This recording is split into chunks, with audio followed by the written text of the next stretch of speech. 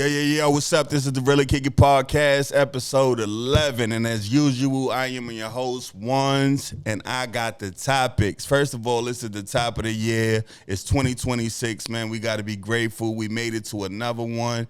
I've been here since 83. Getting old, man, but I'm happy. You see the grays. I ain't running from it. I'm outside, man. I'm outside. I'm happy. Everything is everything, man. But I want to get straight into it, man. I want to talk about outside. We're going to talk about outside. We're going to talk about Jim. We're going to talk about Cam. Cam and Jimmy. Cam and Jimmy still beefing. They talking about pulling up on each other. They talking about being broke. They talking about, I'm starting to believe these dudes were never friends.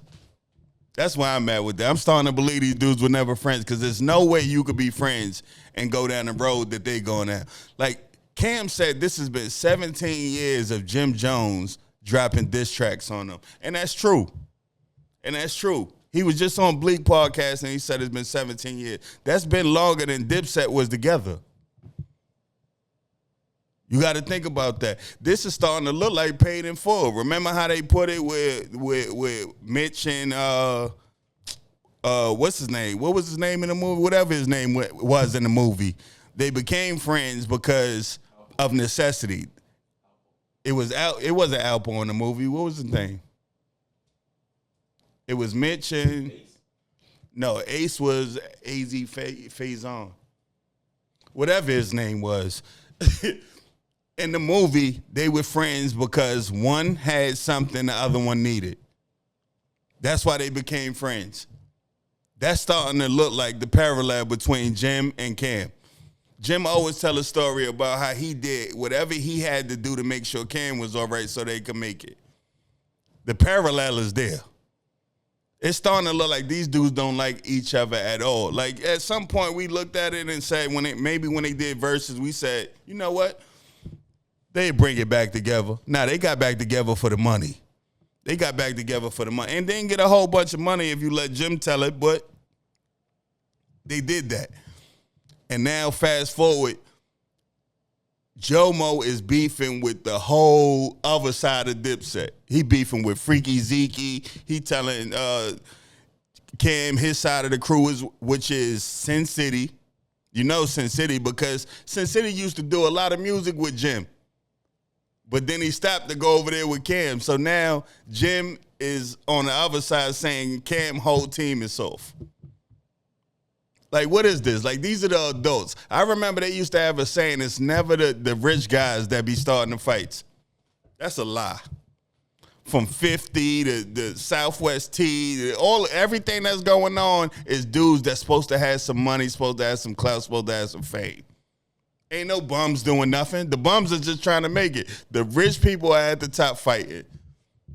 But it's only in the black community, though. You notice that? Like, we don't see this in no other genre of music. We don't see this in no other corporation. It's just black people, man. Like, how do we have a problem with each other no matter what we doing? Cam and May started podcasting. Jim and them was talking about, they podcasters now. Now Jim is podcasting and Cam sending shots to him for bit. It's all corny, man. We could all get money and ain't got to bother each other, ain't got to step on nobody's toes, none of that.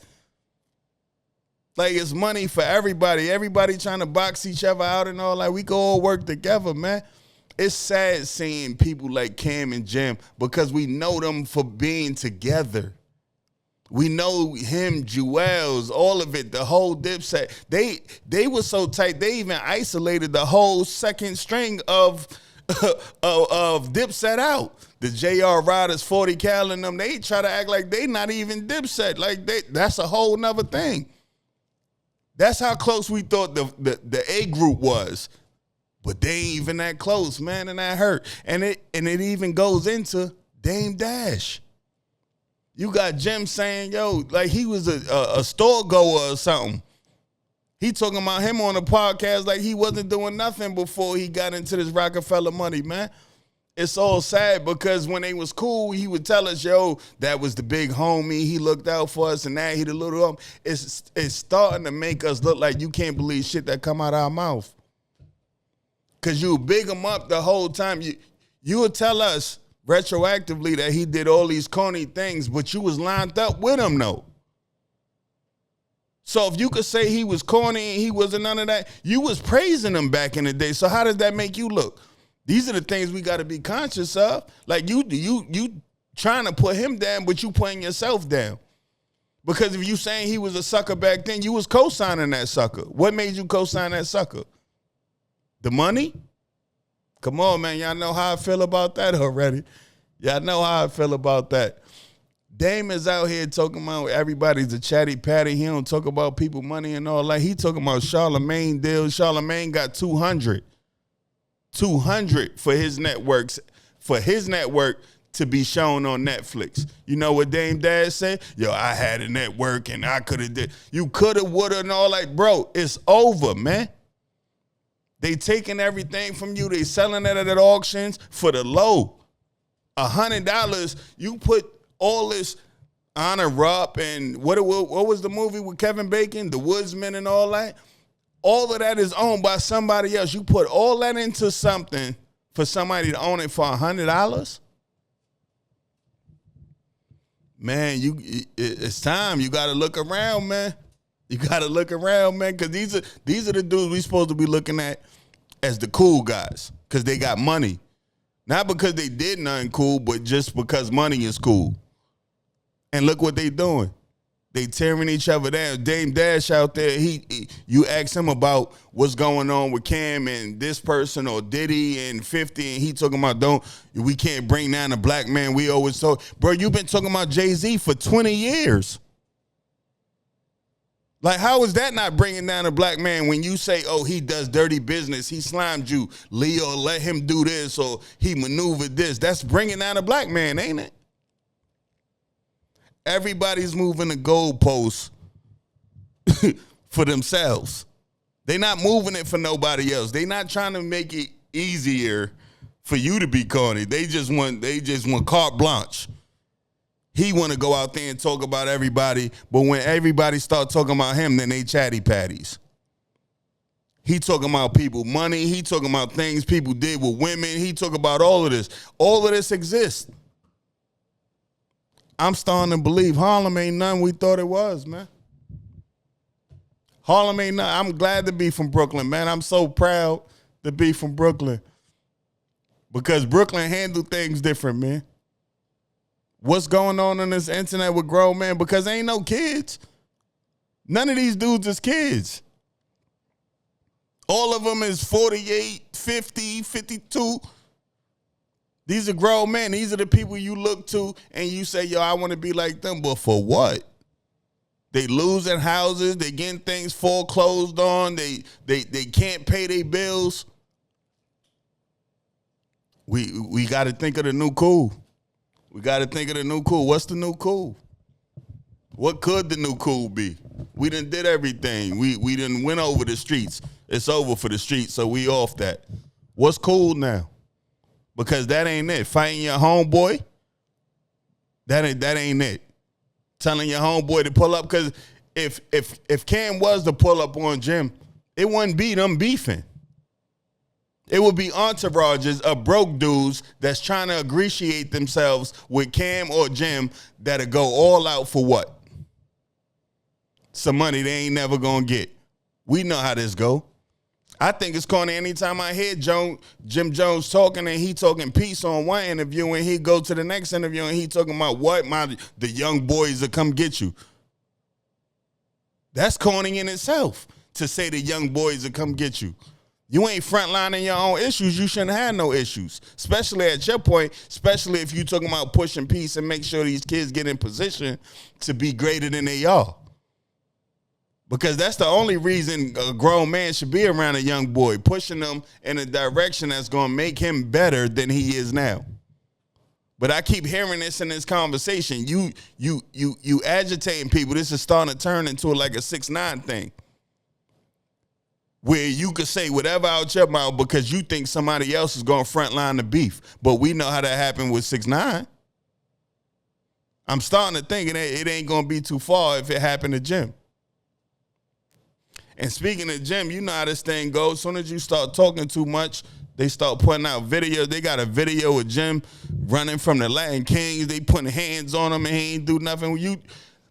Listen, man, all of this came from inside the circle. Ain't none of that outside the circle. These are disgruntled people hanging around other disgruntled people. That's it. Listen, man, Max B home. We talked about him. He dropped some trash. You hear me?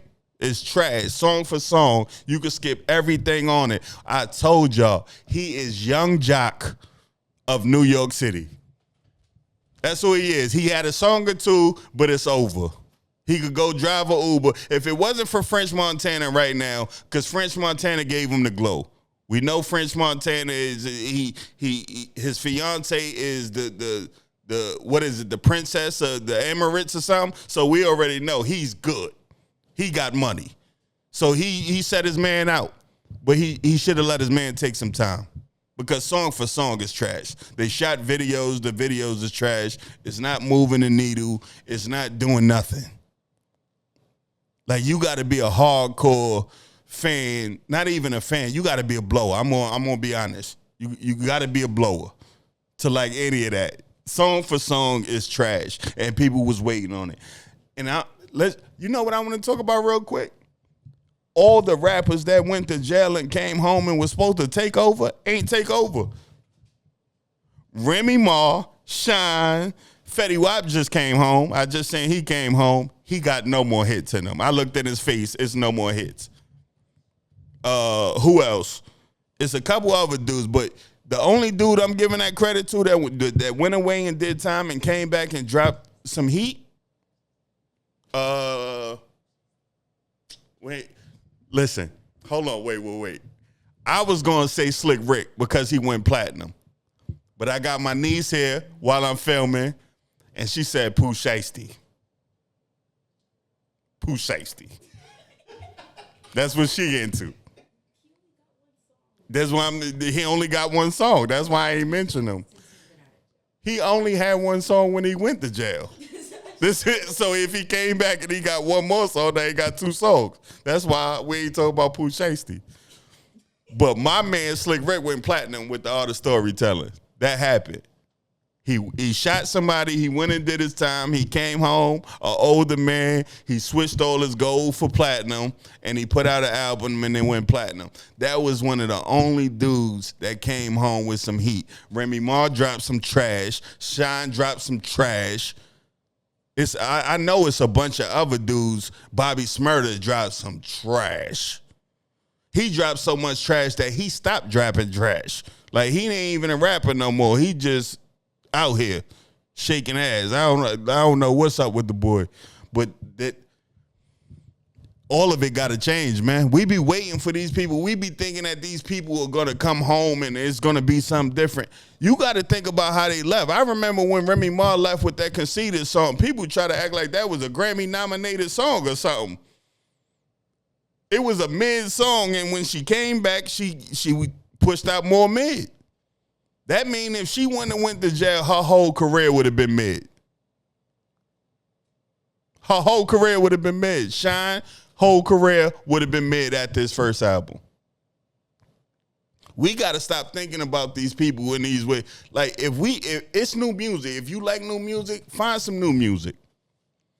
We got to stop thinking it's going to be, they going to bring the 90s back. Or I don't want to listen to none of that. Man, if it sound like the 90s, it's corny to me now because we ain't there. You got to give me your what's going on now?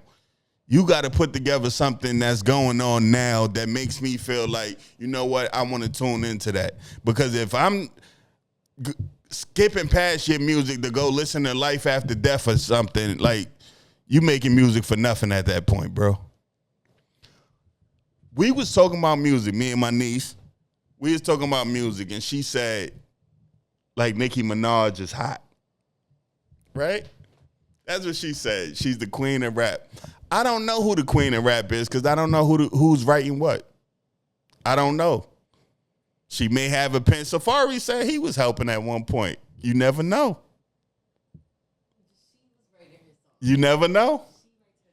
Then you got the Cardi B's and the Lottos and all these people. Lotto said a lot of them is using the same pen. When she was beefing with not Cardi B, she's beefing with Nicki, I think. And she said we all look right in the same pen. So I don't know what to listen to. So you know what I listen to? The music my mother was listening to on the come up. I be listening to the Shy Lights, the Temptations, things of that nature. And then when I'm not, I listen to a lot of reggae. I listen to a lot of reggae because I don't believe none of it. I don't believe nothing that's going on in this rap no more, man. And I just don't think it's hot. I think music has got to a place where people want you to be more fan of them than their music. Because if you're a fan of me more than you are the music, I could give you whatever I want to in the way of music, and you just gonna take it because I'm me. And I think that's become detrimental to music. Nobody is pushing the envelope. J. Cole disappeared on us after what happened with Drake and Kendrick. He disappeared on us. We need some music from a Drake. We need some music from a Kendrick. We need some music from, I just said Kendrick. That's crazy. We don't need no music from Kendrick. Yo, GNX was a trash album. That Peekaboo song was a trash song, and y'all hyped it up because y'all hate Drake. I don't like that whole period in time. Like, a lot of music ain't even about the music no more. It's just you like somebody more than somebody else, or I like the way somebody dressed. That's corny, man.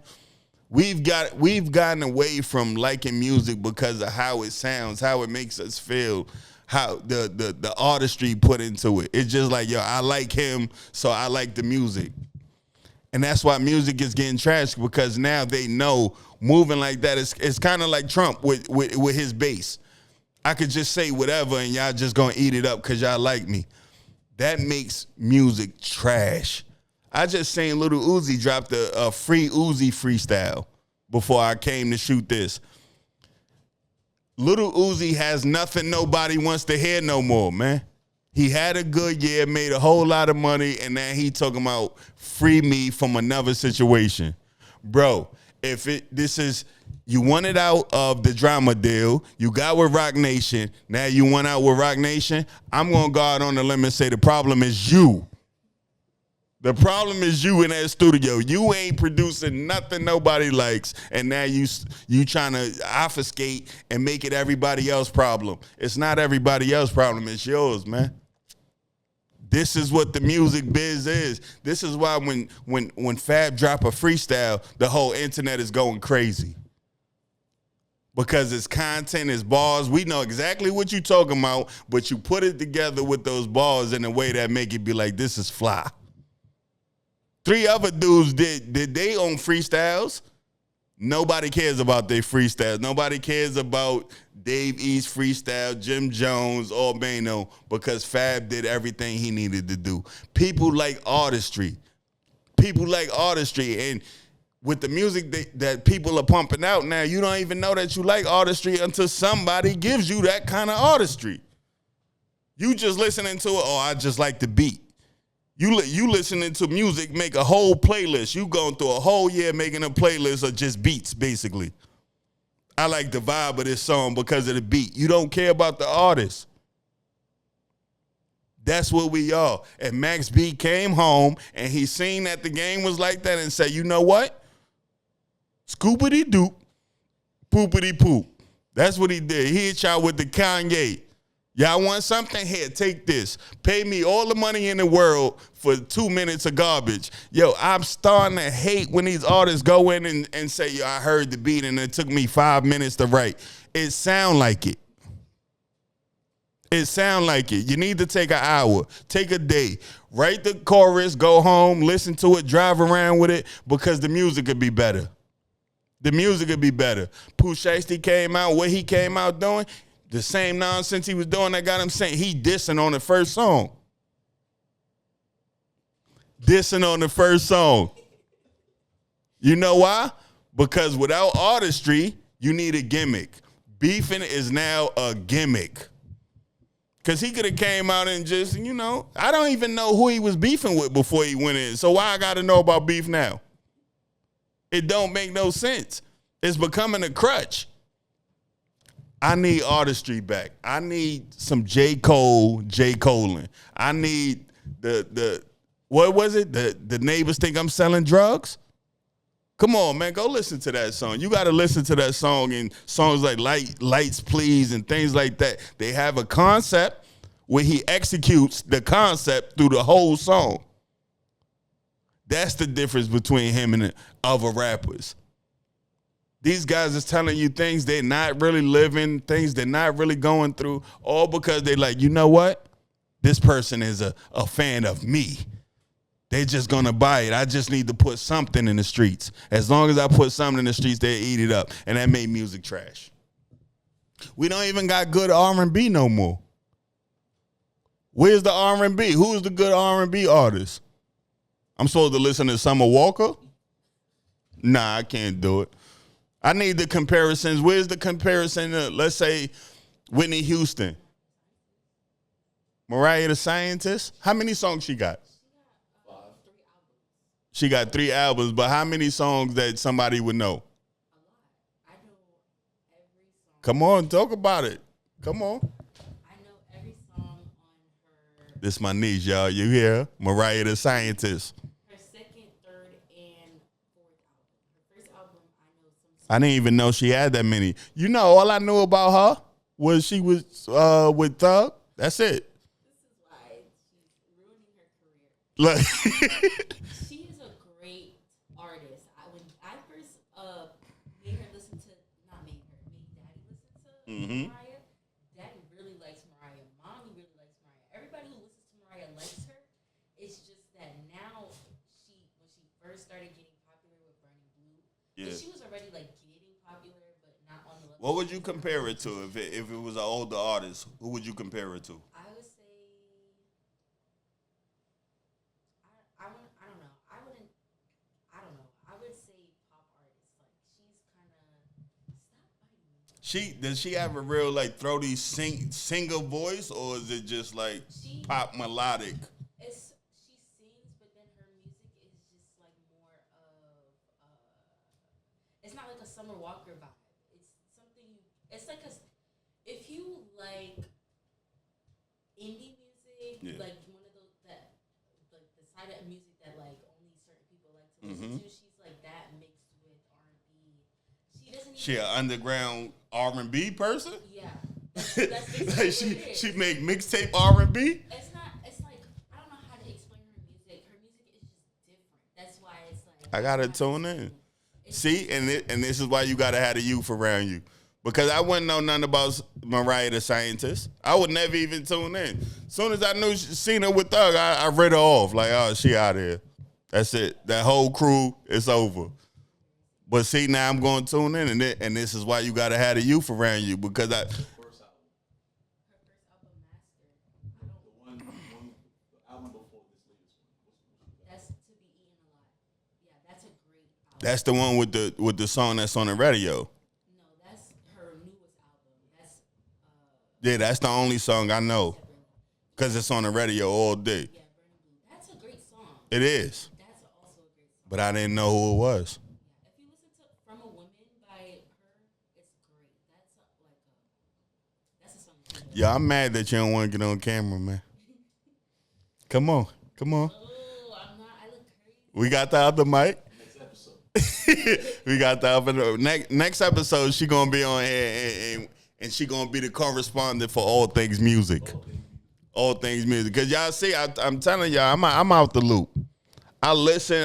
I got titles, so what is it, 14 a month to listen to everything. So I listen to everything, but nothing holds my attention the way music used to.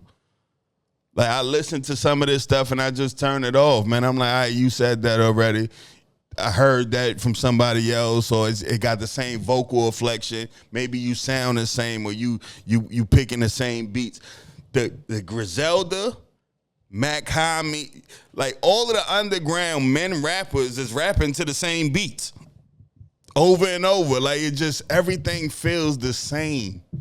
Everything feels the same because nobody is taking time to make albums no more. You don't hear 3 verses on a song. You don't hear people making music that's about something. I remember, I think it was, I don't even remember how long ago this was, but Future and Andre 3000 made a song called Ben's Friends. I think that was the first song that Future made that was about something that I actually gravitated to. Everything else just seemed like, listen, I'm making music for the people to eat it up real quick and it's disposable. But Ben's Friends was about something. It had a concept and he followed it all the way through. It wasn't just mumble swag rap. And I thought Future was dope. But they always say before the fame, Future was actually rapping when his name was Meathead. He dumbed it down to get into the music game. So I'm assuming that's what all these dudes is doing. They not taking their time because y'all don't want them to take their time. Y'all taking whatever they give, whatever offering it is, so they don't feel like they need to go in the studio, lock in, and try to curate nothing big that's gonna last forever, like a Illmatic, like a Reasonable Doubt, like a what's a classic album? Life After Death, those type of albums where you got skits, you got the song for the ladies, you got the song for the clubs, you got the song for the gangs. Like everybody is touched on these albums. You got albums sounding directly the same for 90 minutes. And it's just getting boring to me is what I'm saying. And now on top of that, these dudes, they're not putting in that much in the rap because there's no money in rap. So they're showing it was more of a hustle the whole time. Because as soon as there was no more money in rap, y'all not even trying to bring it back to where the music is the prominent thing. They went right to we podcasting, we streaming, we doing all these other things to bring in revenue. So they're showing that it's just about the revenue. It ain't about the artistry no more. They walked away from the artistry. Soon as there wasn't no money, yo, I'm out. When you had dudes that used to, when I was coming up, man, you walk into a cypher anywhere, man. And this was with the real rappers. When I was living in the Stein, what I want to say 92, 93, Buckshot and them used to be on Lafayette between Marcus Garvey and Lewis, huh? Just out on the street, rhyming and, you know what I'm saying, at block parties. You don't get to see none of that no more because everybody is a prima donna. Everybody is a prima donna. They want all the fame and all these things, but they don't want to do what it takes to maintain their fame. Like a Jay-Z. I talked about this on a podcast either 2 episodes ago or last episode. Jay-Z grew, and he got knocked for it. When he made 444, he was telling you about what's going on in his life, how he invested money, the business dealings he got, and people called it corny. But to turn on the album and listen to a dude, listen, I push all these drugs that I don't push for 42 songs. Man, I think music is in a bad place. I think music is in a bad place, man, and seeing all these crews and all these ex-crews fall out that we used to look at like, damn, Rockefeller is the shit, G-Unit is the shit. G-Unit, I just seen one of 50 Shooters got a problem with Tony Yayo because Tony Yayo sat down with a podcaster who be talking shit about the shooter. Like, you see how this go? Like, in the streets, you got to be a loyal dude and you got to walk this walk. But Tony Yayo going into the podcast game, he trying to connect himself to people who already have a voice in the podcasting thing. And one of the first people he sat with has beef with somebody that was holding Tony Yayo down. So now Tony Yayo has another problem just because Tony Yayo is trying to grow up. Because that's what I see that as. If y'all had a problem in the past and you could sit down with them and be amicable, that's grown man shit to me. But in the streets, that ain't grown man shit. That's disloyalty. Because that's what Jaffe Top Tiger. Jaffe Top Tiger was one of G-Unit's top shooters, one of the persons who used to hold Tony Yayo down. Tony Yayo sat down with China Brim. China Brim is one of the dudes who said that Jaffe Top Tiger name is on paperwork and he a snitch. It's all a circle of stupidness, man. Because China Brim has a name now, so Tony Yayo, trying to get into the lane that China Brim is already in, sat down with him, and he said, you know what, you got problem with my man, but I'm going to sit down with you anyway because I need to go that way.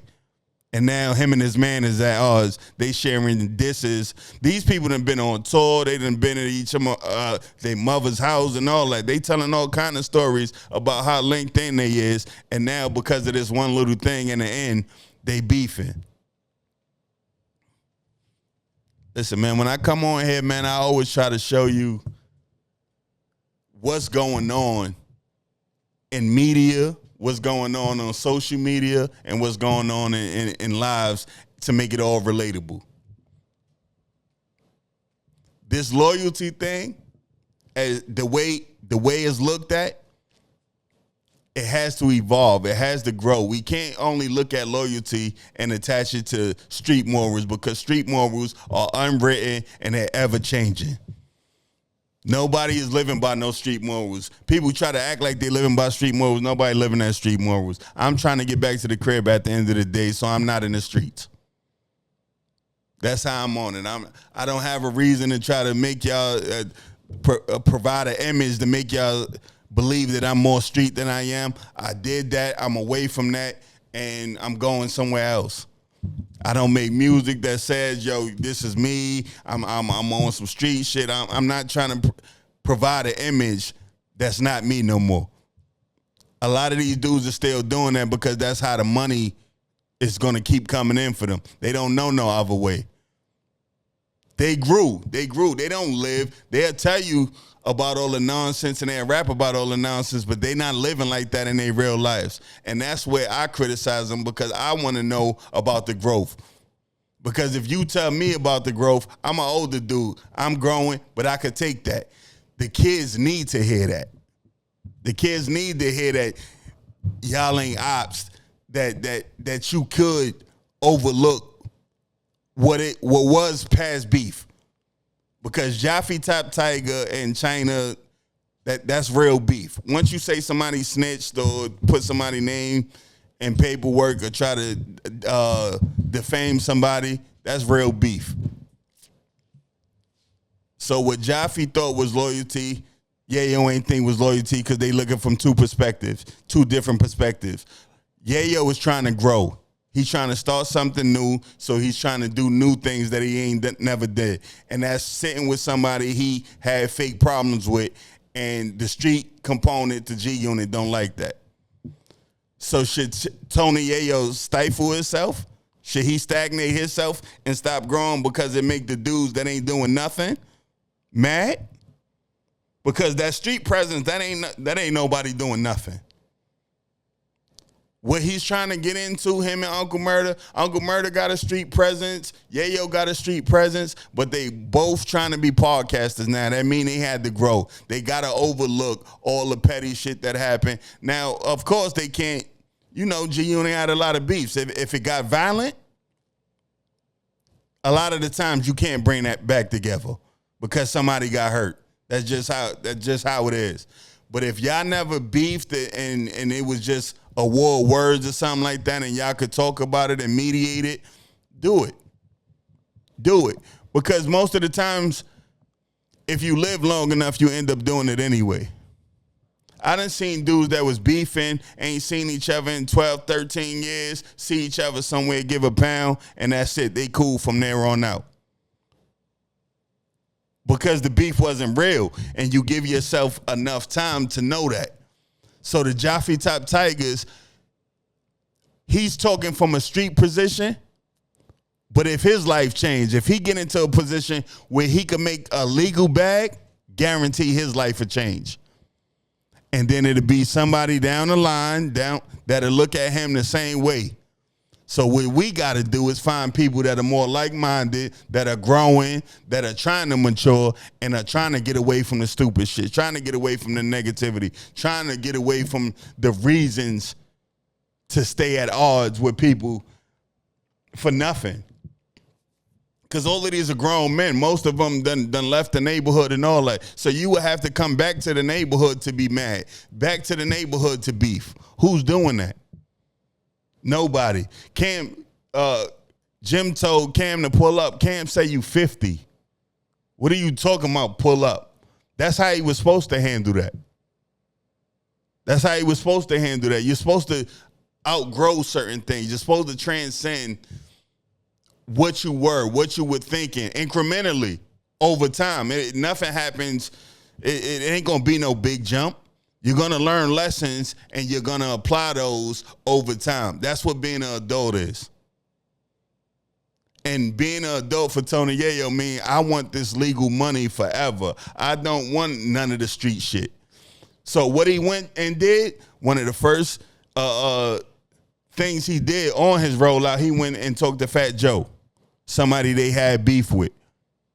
You got to quell those. You got to mediate these things. If it's not that serious, quell them. You don't want to look over your shoulder. The more friends you have, the more allies. I don't even want to say friends. The more allies you have, the more enemies you don't have to look for. I'm not saying everybody is going to be in your face and tickling you and love you the way you. Nah, it ain't got to be that. But you could respect somebody enough to be like, yo, you know what? You doing that. You doing that. If we could collab, we could collab. If we can't, we can't. It's not we beefing. It's not we enemies. None of that. Talking don't make us friends, and not talking don't make us enemies. That's a true statement right there. Through all of this, man, it's about growth. Through all of it. I'm still waiting to see the interview. I mean, I seen them touch on it on the dog in the yard. Right? They asked Max B about the snitching allegations, and he said what he said. But what he's saying ain't adding up to what the other people were saying, the people that's still locked up. Because he does have code Ds. He does have code Ds. He ain't explaining enough to make me understand how he got home. I mean, it sound fly, and I guess because of who he is and his notoriety, they didn't want to push and go that far in and bring those things out of him. But I mean, at this point, I don't really care about who's snitching. I don't really care about who's snitching because I'm not in the street. We talk about it because I understand a lot of people who watch this podcast, a lot of the people that I know are still in the street. That's why I try to communicate these things. But me personally, I don't care about snitching. I'm dealing with self-accountability. Like, snitching is just in the streets. I'm dealing with self-accountability all around the board. And when I'm talking about self-accountability, I'm talking about being a man. I'm not talking about being no street nigga. If you got kids, are you taking care of your kids? If you got a woman, are you taking care of your woman? If you got, you know what I'm saying, are you taking care of your family? Or if you're deep into the family thing. That's what I'm worried about. That's self-accountability. I'm not worried about who told on nobody. I'm not on that no more. You know why? Because there's too many niggas telling. You're going to have to be mad at everybody in a little while if you mad at niggas telling because everybody telling. So I choose not to be mad, man. I'm a recluse. That's who I am naturally. But because of what I want to do with my future, I've been reaching out to more people, calling more people, having conversations about a multitude of things that I want to get into, which is bringing me out of my shell. You can't be a recluse and you want to help people. You can't be a recluse and you want to build your network. You can't be a recluse and you're trying to be the face of a movement. So in those ways, I had to change. And that change has been all positive for me. Any change that's positive, we shouldn't fight. I've had a lot of positive growth in the past year because I've just opened myself to people who are like-minded individuals. And now I got a lot of things going on. I keep telling y'all about the interviews that I got lined up, and I haven't had those because of scheduling. The people, even though the people I want to sit down with, Orange Stars, they're still busy. And that's what makes them dope to me. That's why I want to sit them down and have them communicate their stories to you, because I think they're dope.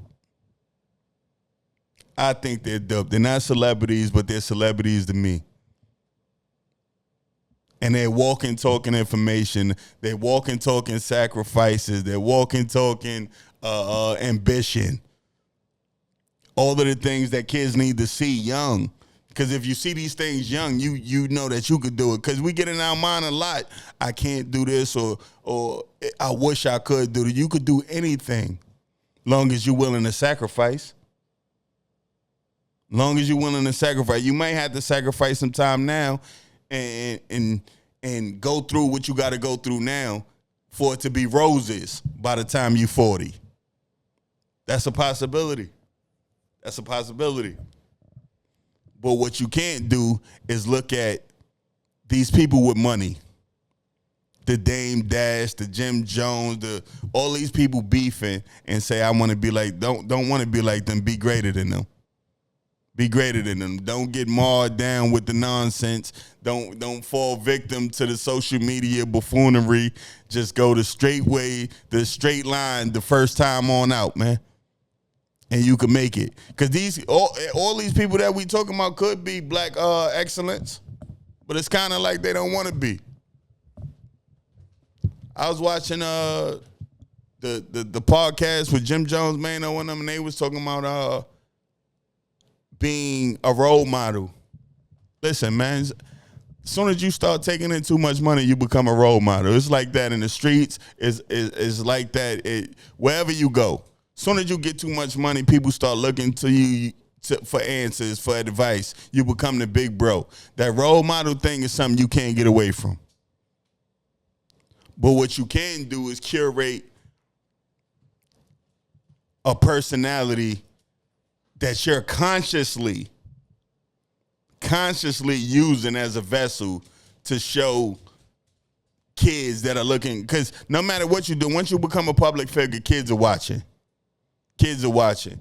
So you don't want the kids to be like, if you sit a bunch of kids down and they watch Scarface, you don't want the kids to be watching Scarface all the way through, see him die at the movie and still say they want to be Scarface. You want the kids that's going to be like, yo, damn, if he didn't do X, Y, and Z, he would have never end up in this position.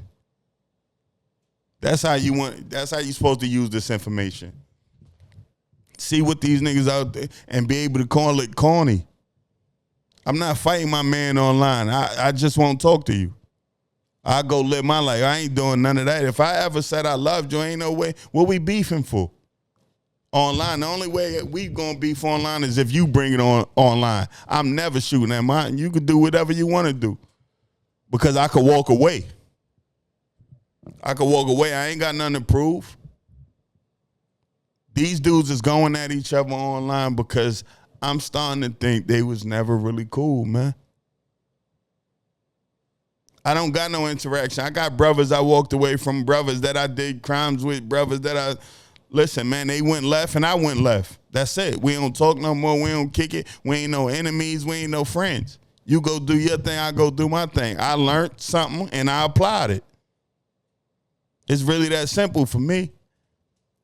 And I needed to be that simple for everybody, man. I needed to be that simple because you would tie yourself to perpetual nonsense if you keep doing what they're doing. Because Dipset is going to come back together at some point for a bag, I feel like. But we going to know how corny it is. We going to know you niggas don't like each other. We going to know how Jimmy feel about Cam and Cam feel about Jimmy, and they gonna get on camera and they gonna be hugging and they gonna fake the funk and all that shit for some money, and we gonna know it's fake. What I'm telling you is you ain't never got to be fake. You ain't never got to be fake. Assess what you saying and see it for what it is. So when it pop up in your life, you're gonna be like, oh nah, that's just like, oh nah, we ain't on that. We ain't on that. We could do better than that. Especially with somebody you done got all this money. You done got all this money. Y'all done travel the world, all type of shit together, only to be beefing for 17 years. If you let Cam call it, come on, man. We gonna let positivity reign. It's 2026, man. If you ain't never tried to change the way you think, consciously try to change the way you think now. Think of what you think about. Think about what you think about. When you looking at certain shit, why do you think that's cool? Why do you think he's cool? Why don't you think he corny for the shit that he's doing? This is self-assessment in real time. And I promise you, if you do the self-assessment young, you'll know who you are young. And when you know who you are, can't nobody trick you off your square. Can't nobody trick you off your square if you know who you are. Because can't nobody talk you into nothing. If you know what your goals are, I tell everybody, get a whiteboard, get a erasable marker, and write down everything you want to do. Everything, whatever the ideas is, and write it down long term and short term. Long term and short term. What is long term? Long term is, I got to knock down A, B, and C to get to D. Short term, A to B. To get my license, what I got to do. To get my permit, what I got to do. I got to go to the DMV. I got to get this book. I got to read that book. I got to know what's in that book. Then I got to go sit down and take the test. So it started, I want my license. I want my permit. That was the idea. The action was you going to get the book and learning the book so you could go take the test. Knock it down that fast. I itemize everything because if you could see it, I've read that you're supposed to write things down just so you could see it, just so you could have that clarity that that's the goal. And that works for me. I itemize everything on the whiteboard, everything, because I'll forget it. So just find better ways. I don't care if it's a journal. I don't care if it's just you doodling or get your ideas out and be serious about you. That's what this year is. This is the year to be serious about you. What do you want out of life? You got to ask yourself that. And then you got to start answering yourself. Some of your friends ain't the friendliest, and they the reason you walking around with angst and you walking around mad because you got a snake in your grass. Get the snake out your grass. If you need a smaller circle, if you gotta isolate yourself or whatever to come up, just do it. Start doing it now, man. Don't wait. Don't wait. Get it together now, man. Because by the time you old, it's gonna be a lot harder to get yourself together. It's gonna be a lot harder to get yourself together. So what we doing, man, for this year? I pressed up some merch. Got some T-shirts on the way. We pushing less big homies, more mentors. We pushing that hard this year. We got the shirts. I sped out. I left the house on my way here. I grabbed some other thing. I was supposed to grab the shirts. I ain't grabbed the shirts. But the next time y'all see me, y'all have the shirts. And that's what we doing, man. We trying to stay productive. We going to keep banging out these episodes. We going to connect with some forward moving people. And I'm going to interview the interviews are going to be in the same vein. The same kind of dudes I brought y'all to. I'm going to bring y'all women that's doing their goddamn thing. I'm trying to bring you people that you need to see. Not doing no rollouts for no album. Not just trying to use y'all to buy an album or to buy something. Nah, I'm trying to bring people to this platform that the people need to see. That's my goal, and that's going to continue to be my goal. In closing, I wanna do a moment of silence. I lost some people. I know a lot of people that's watching, y'all lost people throughout the year, maybe this year or last year. Yeah, I want to dedicate this to Charlene Ramos. She heavy on my mind. I lost her last year. She was 44.